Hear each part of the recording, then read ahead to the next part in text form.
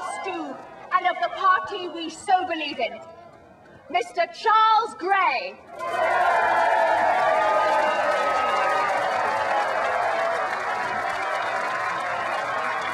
Good people of Westminster, the world is on the brink of disaster or salvation. From France to America, men and women are struggling to free themselves, to find meaning in their existence. Change is upon us. We shall not go back to the old ways. We shall take England into this brave new world and shake the thunder from the skies.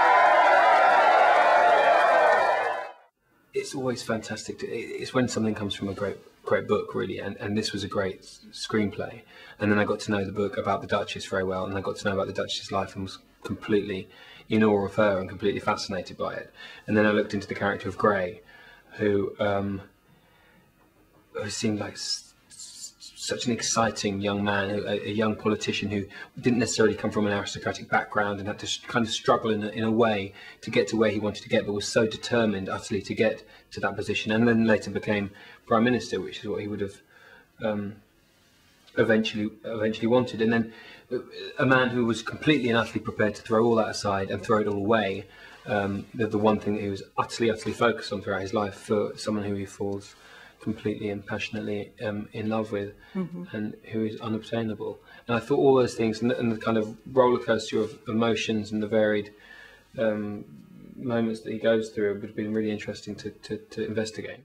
I'm sure you must be aware that Spencer is a comedy. Yes. Although from where I sat, it read as a tragedy. Your Grace. What was important for me, and talking to Amanda, which was such a great facility to have, someone who'd spent, I'm not sure how many years, many years writing the book, to find out about him and flesh him out and really get to know who he was. I mean, it was important, I think, that, you know, he was sometimes, historians have mentioned that he was kind of the Tony Blair of the time. He enjoyed the theatre of Parliament and being outspoken, and that can often come across as arrogant, and maybe he was a slightly arrogant man, and but he must have been charming to get to where he got, to get the support that he got. And I think that's something, I don't know how he did, because I didn't know exactly what he was like, but I've tried to get all those moments of you know, and ideas of what he was about and what kind of got him going,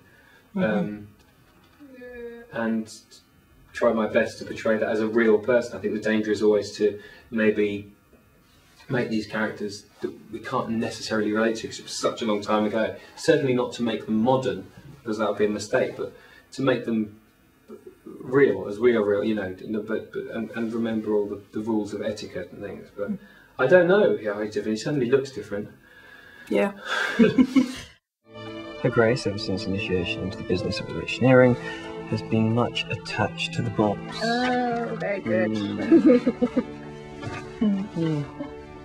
So which one is your favourite? This one. In this one, it seems you've hit a winning streak for once. Very good. And in this one you see... Is that dress really an appropriate way to attract voters? Politicians are absolutely loving our fashion. But if you were to really ask me which my favourite was, I'd say it was this one.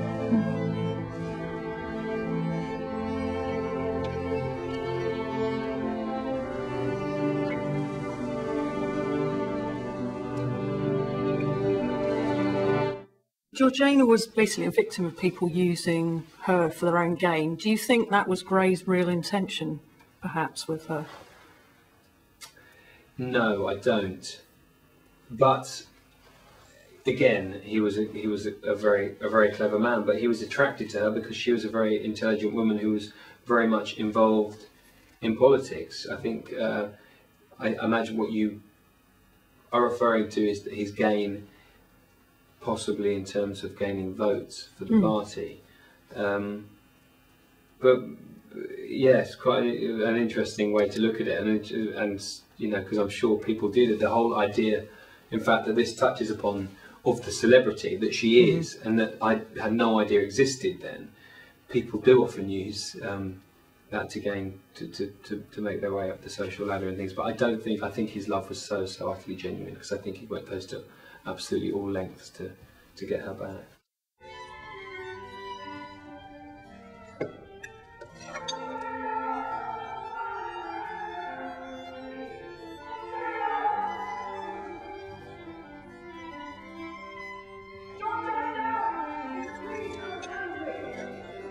Excuse me.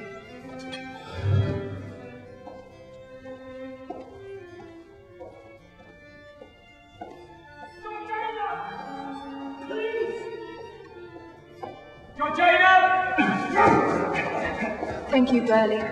Let him go. I have written 12 times a day. Still, there is nothing from you. What has happened? Do you love me no longer? My personal feelings remain unaltered. Then we must be together again. I want to marry you. I want you to bear my children, and I don't care if they are boys or girls! I wish it could be that way. It can. It will. Sorrows will come however we try to avoid them. We must stay the course and never give in. No, Charles. You must leave and be with me. A free woman. Now! Let us leave now! I cannot abandon my children.